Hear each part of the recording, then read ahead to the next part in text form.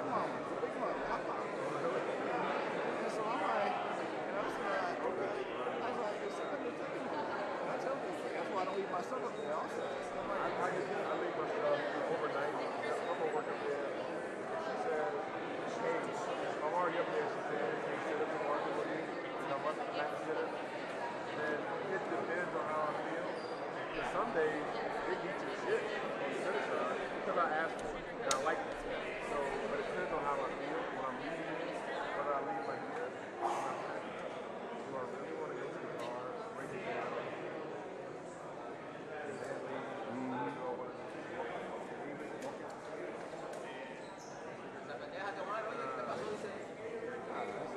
It's going back to the music and stuff. No, I don't like leaving no cameras going.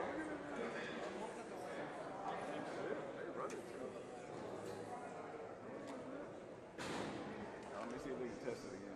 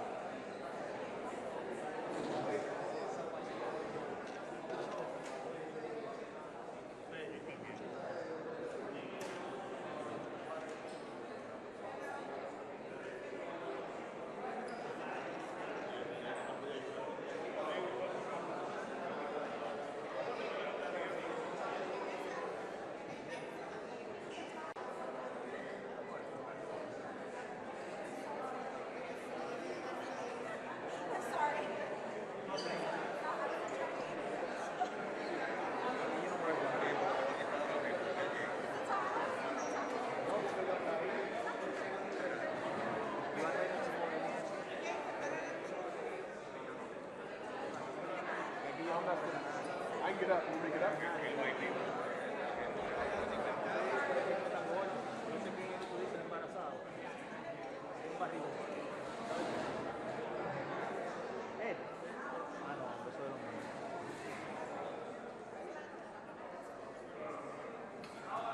Me hicieron prender el micrófono para.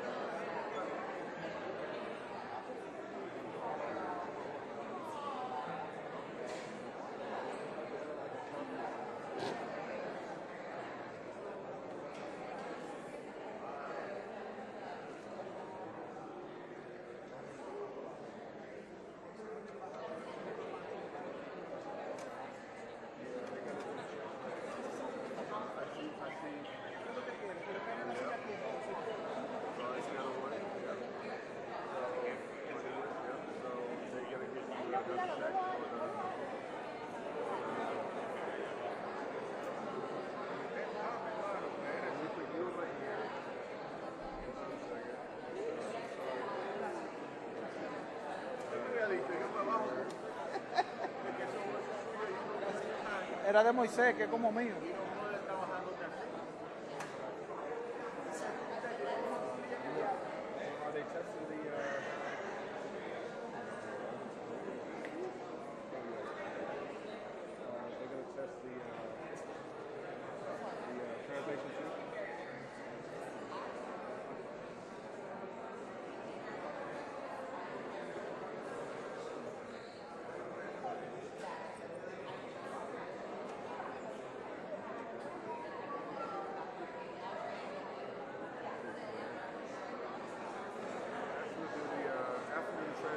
Have you done the translation? Oh, okay, so that's what that is? Alright.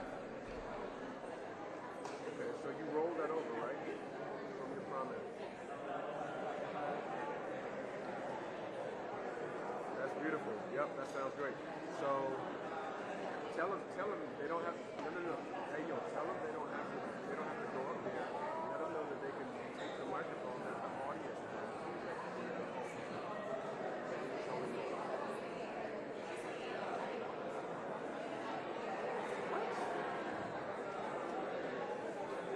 Well, you just got to worry about levels, bro. This is, again, how you got that switch. That's what you switch when that translation. So, this is translation, right? That's on channel 1? That sounds good.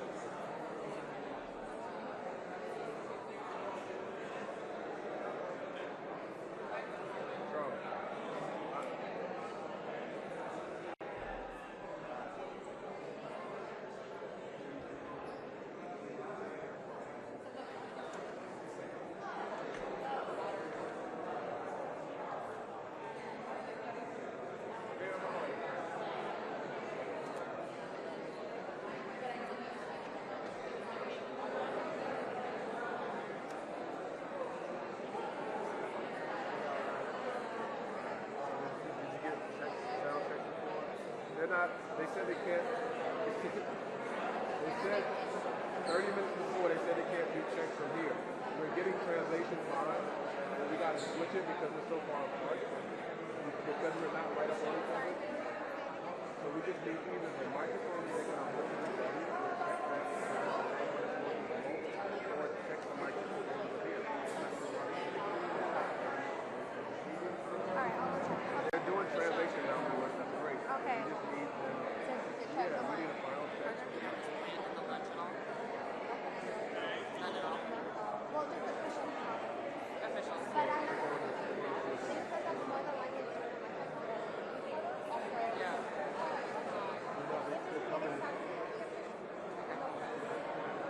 Okay, so you would like the test. Sound check. Okay, yes.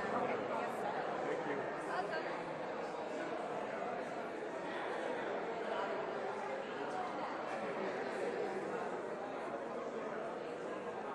They're coming.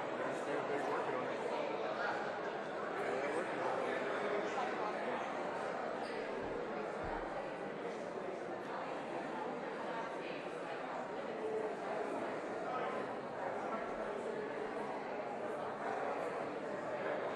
I think the main guys get ready to maybe override that. We'll see.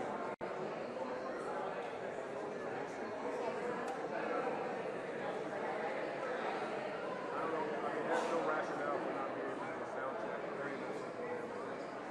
And the guy has the microphone in his hand right now. It's on. He's got the microphone. He's working with it. So just talking.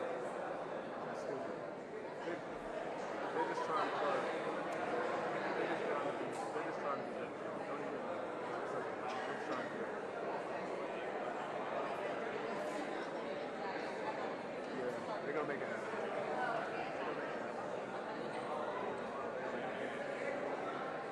I think the guy told me. The main guy said he was. That's who I talked to. I'm like, yeah. What are you, bitch? You think it's a mic check?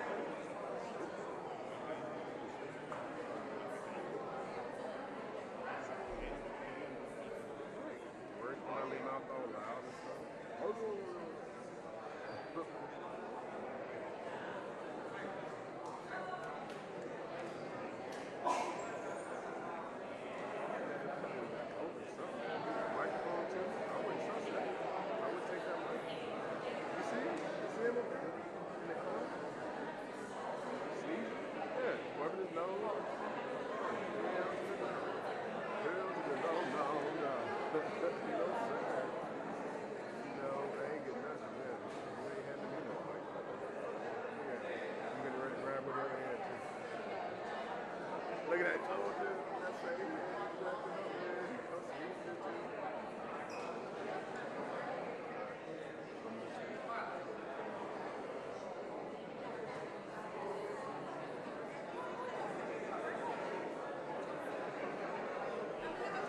Beautiful, thank you. She's getting ready to do a mic check now.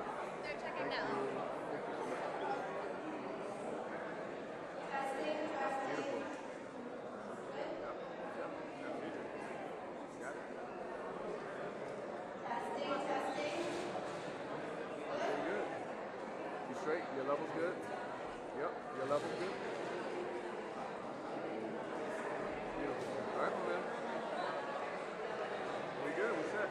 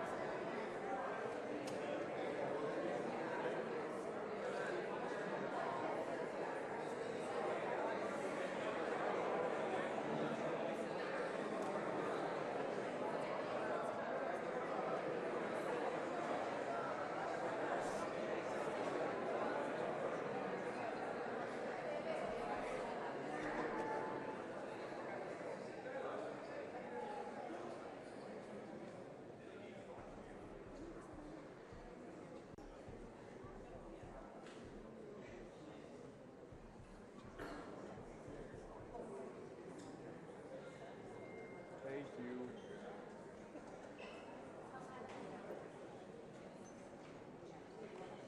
Thank you so much. Appreciate you making that happen.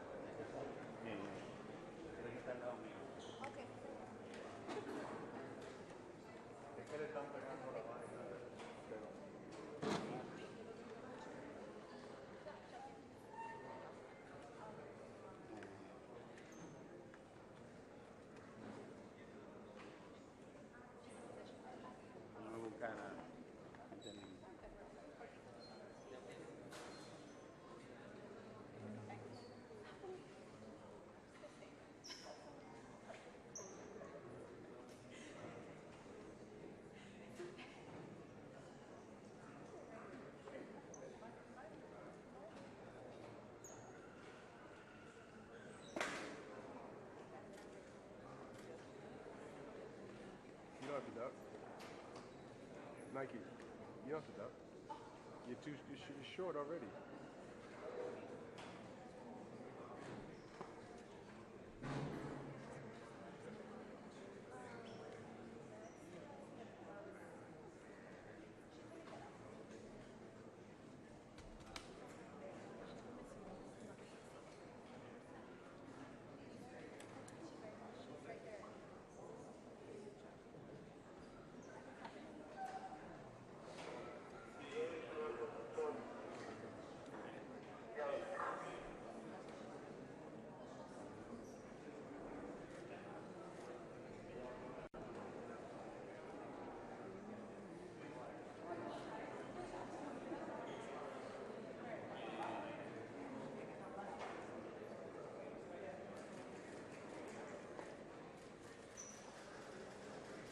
Damas y caballeros, hacen entrada al Salón de Embajadores del Palacio Nacional el excelentísimo señor Luis Abinader, presidente constitucional de la República Dominicana, y su excelencia, señor Antony Blinken, secretario de Estado de los Estados Unidos of the United de States of América. America.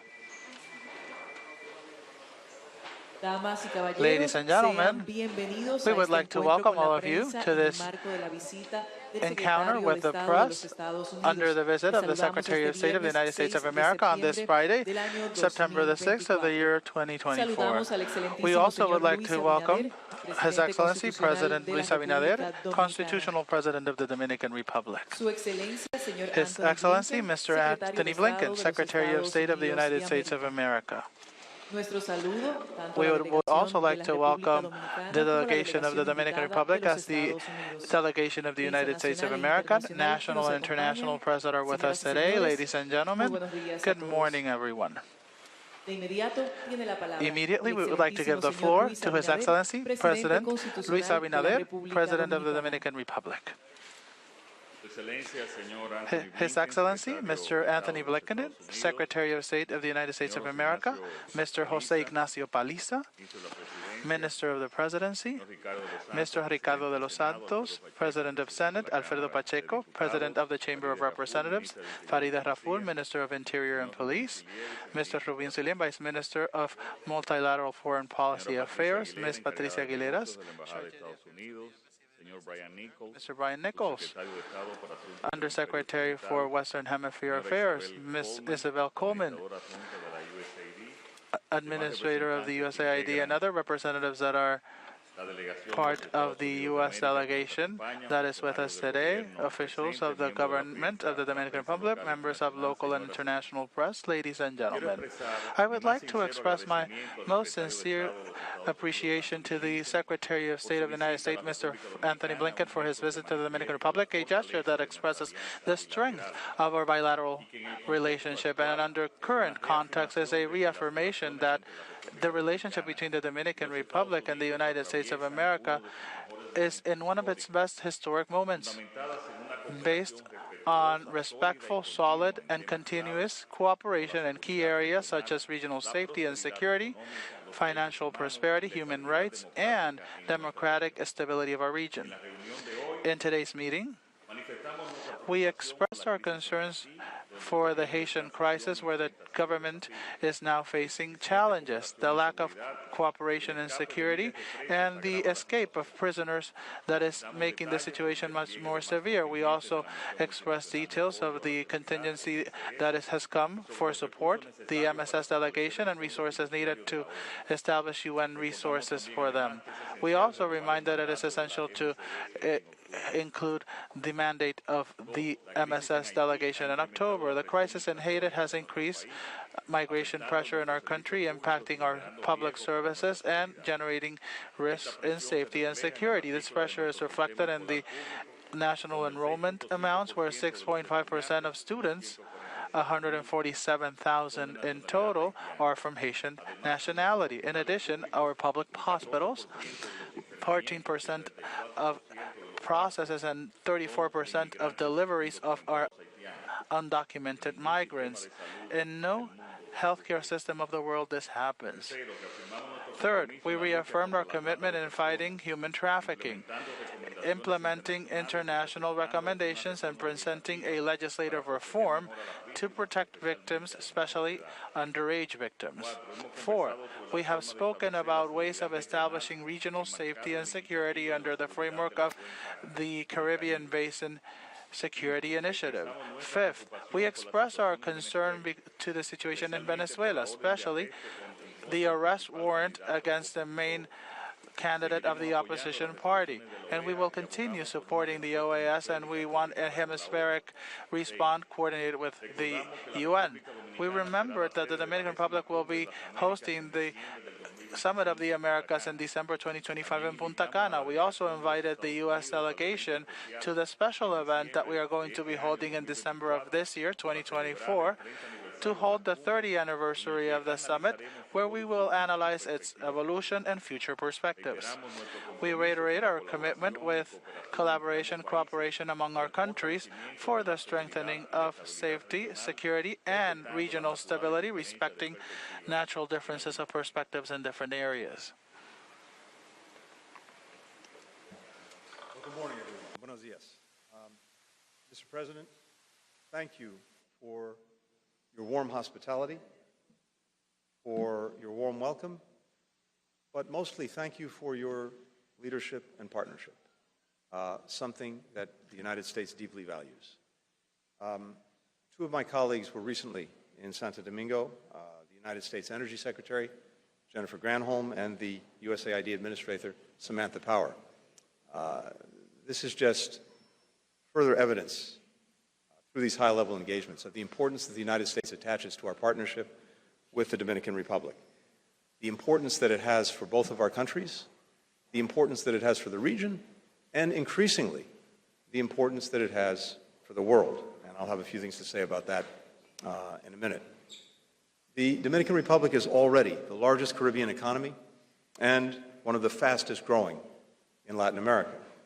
Together, our two countries are driving further growth and expanding inclusive opportunity for people in both the Dominican Republic and the United States. Last month, we signed an open skies agreement that will enable more commercial flights between our countries, fueling trade, tourism, creating jobs. Later today, I'll meet a number of students and teachers, some of the tens of thousands of Dominicans the State Department has helped prepare for jobs in today's global economy, notably through English language training. We're building on this work by launching a new initiative between 3 U.S. and Dominican universities, which will provide Dominican college students cutting-edge skills to succeed in the semiconductor industry, making microchips that are the building blocks of the 21st century economy.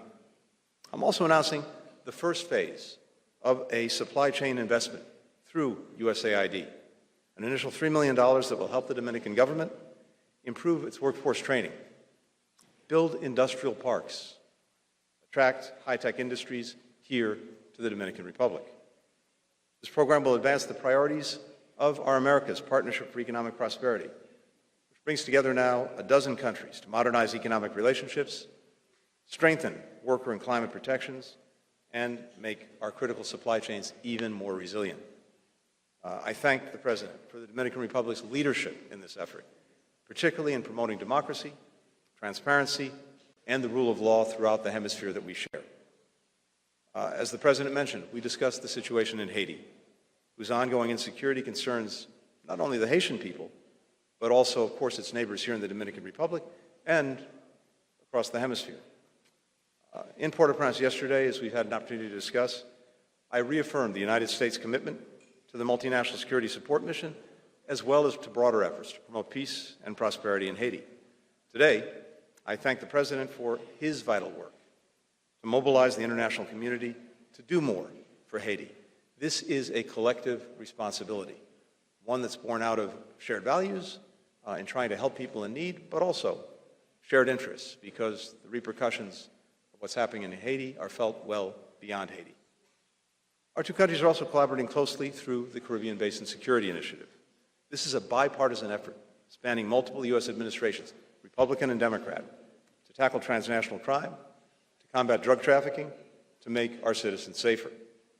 Thanks in part to these efforts, Dominican authorities last year seized over 100 tons of illicit narcotics. Excuse me, from 2020 to 2023, 100 tons of illicit narcotics, more than in the previous decade and a half. Now, that shows two things. It shows the increasing success that our colleagues are having. It also shows the magnitude of the challenge. We're committed to working on this together to strengthen even more the important efforts we've already made. And here again, I applaud the leadership that the President and the Dominican Republic are showing. Through the PAC 2030 partnership that Vice President Harris launched in 2022, the United States, the Dominican Republic, and members of the Caribbean community are also working to address the urgent challenge of climate change, improving climate-smart agriculture, investing together in green infrastructure, developing the necessary renewable technologies. We're also defending our shared democratic values. President Abinader has shown real leadership in undertaking important reforms, including combating corruption, strengthening an independent judiciary. The United States is committed to working alongside the Dominican Republic and the Dominican people to support these efforts, from training Dominican officials to help fight fraud and abuse, to promoting human rights and worker rights, as I discussed today with some labor leaders whom I had the opportunity to meet this morning. And we're grateful to the Dominican Republic for hosting the next Summit of the Americas, as the President said, to build an even more competitive, an even more sustainable, an even more democratic region. Mr. President, when you met with President Biden in the Oval Office just this past November, you said, and I quote, "The Dominican people are your friends. The Dominican people are your allies. The Dominican people are your partners." I and the United States could not be more grateful for that. Whether it's the work that we've advanced together today, whether it's the millions of Dominican Americans that have enriched the United States, including the President's own family, I'm pleased to say that this friendship, this alliance, this partnership has never been stronger. Thank you very much. Muchas gracias. Concluidas las palabras de Su Excelencia, señor Antony Blinken, secretario de Estado de los Estados Unidos de América, abrimos una breve sesión de preguntas y respuestas.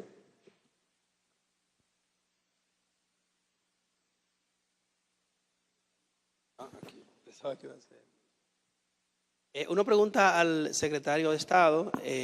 La historia de la República de Haití ha estado marcado por la violencia y la inestabilidad política en los últimos siglos, algo que no viene de ahora, y se ha visto poco interés de la comunidad internacional por la misión de paz que ha enviado la ONU.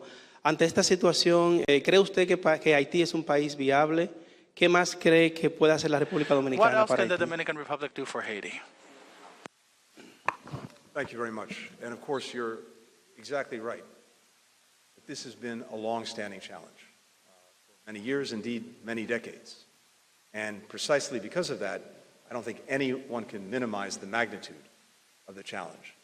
But I also think we can't minimize the importance of addressing it, and addressing it together, because of the impact that it has, first and foremost, on the Haitian people, who deserve better, but also because of the impact that it has throughout our hemisphere, in the Dominican Republic, as you heard from the President, in the United States, and in many other countries. And I think there is a growing collective will to try to effectively do something about it. As I said yesterday in Haiti, I think we've seen real progress over the last few months, again, without minimizing the magnitude of the challenges that remain. Countries throughout this region came together in Jamaica a few months ago, with the United States, with CARICOM, with other interested countries. And together we supported a Haitian-conceived and Haitian-led transition. And what we've seen in the last few months is the standing up now of an interim presidential council, the standing up of an interim government with prime minister and ministers, hopefully the establishment very soon of an electoral council to oversee elections next year, which are so vital to get Haiti back on a democratic course. So that is moving forward. It's challenging, but it is moving forward. At the same time, we have a commitment from countries quite literally around the world to help Haiti find security, to take security back from the gangs, and to put it in the hands of the state and of the Haitian people. And again, just in the space of a few short months now, we have the deployment of the Kenyan contingent, and I again want to thank President Ruto and Kenya for standing up. We now have about 383, I think, as of yesterday, Kenyans working to support the work of the Haitian National Police. We have a number of other countries in the region and beyond, from Jamaica to El Salvador, to Canada, to countries outside of the hemisphere, all of whom are standing up with financial resources, personnel, equipment for this mission. The mandate of the mission needs to be renewed. This is something that we're taking up in New York because it will expire in October. And we'll all be together at the United Nations General Assembly, and I will bring together ministers from many concerned countries to sustain and build on our support. President and I strongly agree that the foundation for progress in Haiti has to be security, that this has to be something that the authorities, the state, and ultimately the Haitian people control, not the gang. So our first task is getting that done. And as I said yesterday, we've seen some progress. The reopening of the airport, the renewal of flights, the retaking of the main hospital in Port-au-Prince, the beginning of openings of some critical roads, starting to see people come back and go out in their neighborhoods, starting to see people who have greater confidence in sending their kids to school or going out to try to find groceries. It's starting, but it has to be sustained and it has to be built. Finally, I think we also recognize that we all have to do our part in trying to create economic opportunity for the Haitian people, because security is the foundation, but people also need to know that they can put food on the table. They can provide for their families at home in Haiti. We have a program that extends over a decade to try to help build Haitian capacity. We have laws on our books that will drive investment in Haiti, particularly in the apparel sector, which is so critical to the Haitian economy, that we need to renew. So the United States has a responsibility there. And then I hope working together in the hemisphere, we can find more ways to create opportunities for Haitians. But I again want to thank the President for everything that he's done, both to contribute to the multilateral security support mission and to rally other countries in support of the mandate, and we'll be working together at the United Nations to make sure it gets renewed. Thank you. Sí, esta pregunta es para ambos, para el secretario Blinken y el presidente Abinader. Bueno, usted, secretario Blinken, ha pedido un camino hacia la normalización de las relaciones entre Haití y República Dominicana, atendiendo a las dificultades que hay con la implementación, por ejemplo, del acuerdo de cielos abiertos, las tensiones fronterizas, incluso el sentimiento haitiano en algunos sectores de la sociedad dominicana. ¿Cómo se puede avanzar? ¿Cómo cree ustedes que puede avanzar ese camino hacia la normalización? Y si me permite una segunda parte de la pregunta, ¿se han podido hablar de second question, have you been able to speak of cooperation in sanctions to Venezuela and what has happened recently with the 2 aircraft that were seized here? Thank you. Yes, we spoke about Haiti and also the challenges that we have ahead. And our idea is to try to normalize, if possible, relationships, but always respecting and caring for the Dominican Republic's safety and security. Our priority as a government is the safety and security of Dominican people, and they've had a situation where they have been impacted in their safety and security, and thus we've been empathic. And from our speech in the United Nations in September 2021, we have been alerting this for 3 years, and thanks to the effort of the United States, we now have this peacekeeping force in Haiti, in the sense that they can continue moving forward with their domestic safety and security. We will continue moving forward in normalizing our relationship, such as opening our air for flights, and that's something that we discussed during our meeting. And regarding Venezuela, we also spoke about our concerns, and we will continue working with the international community and other countries to become advocates for democracy and the desire of the Venezuelan people. And I would simply add, I agree with everything the President said. I think that, of course, it's very challenging and complicated in terms of Haiti. These are long-standing issues, long-standing history, as your colleague alluded to. and very deep-rooted problems. But I think what we know is this. Our futures and our fates are joined. DR, Haiti, the United States, other countries in our hemisphere. And so what happens in Haiti is, I think, first and foremost, a matter of human interest and human necessity, because people are suffering so much and we all want to help. But as I said, it also has consequences, repercussions for countries throughout the hemisphere, starting here in the Dominican Republic, but also the United States. And so we have a strong interest in trying to help Haiti succeed. And we're working on that together. We're committed, both of us, to making sure that the support is there to help Haitians build security and take it away from the gangs. And we'll work on ways as well to help create greater opportunity for the Haitian people. And of course, to make sure that people are treated humanely throughout our hemisphere. So all of that's very important, and I think it's an important shared agenda. But as we said, there's a lot of history here, and we recognize that and appreciate that. I think that the United States can and will continue to play a helpful role in working through any of the challenges and any of the problems, as will some of the organizations in the hemisphere that we share. With regard to Venezuela, as the President said, yes, we also discussed this, and I would just say a few things. We are deeply concerned about the trajectory in Venezuela in the wake of elections, where the will of the Venezuelan people could not have been more clear, but unfortunately that will and their votes were not reflected in what has happened since. Getting Venezuela on a clear democratic trajectory is vital, and it's vital first and foremost for the Venezuelan people. But here again, I think you've seen countries throughout the hemisphere and well beyond express their deep concern for the situation in Venezuela.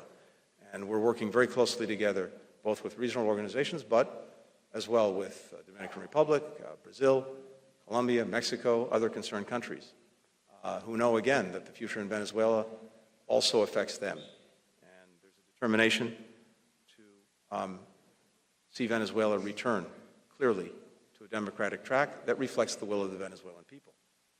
With regard to the plane seizures, we've been very clear. We'll implement our sanctions, and if we find violations of them, we will act. That's what we did, and that's what we'll continue to do.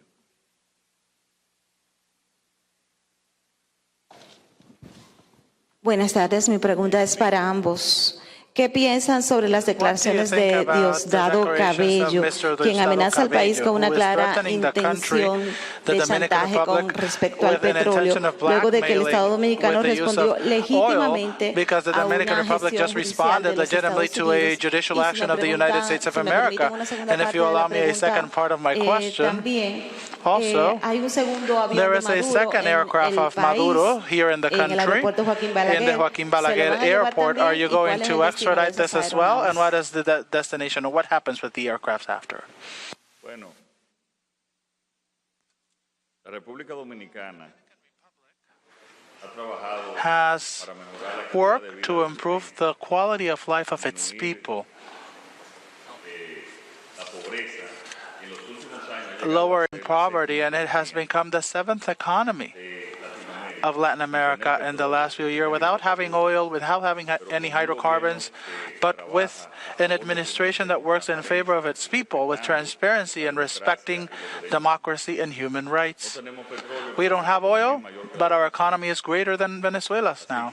So we will continue defending democratic values now in this administration, and we will continue being advocates for them whenever and wherever we can, and we will continue defending the democratic rights and being empathic with the situation in Venezuela, despite who gives a different opinion or who may threaten us that don't bother us whatsoever. About the second topic, we don't have any legal notification at the moment done through our system, through the government of the United States for that second aircraft. However, they can speak further on that. And on that, I can only repeat what I said a moment ago, which is we have and we will continue to enforce our sanctions as appropriate.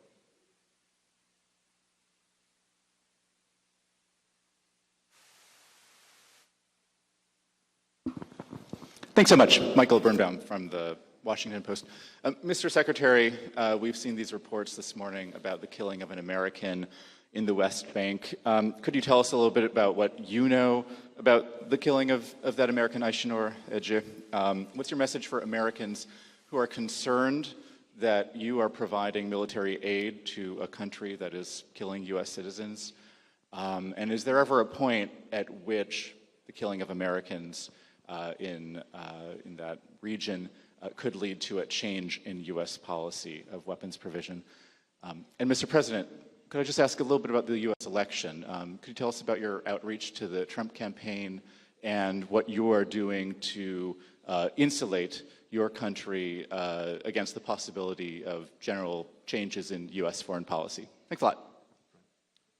Michael, thank you.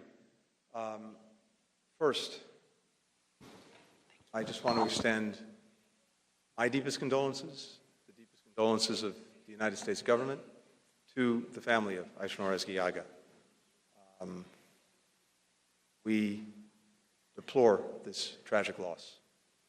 Now, the most important thing to do is to gather the facts, and that's exactly what we're in the process of doing.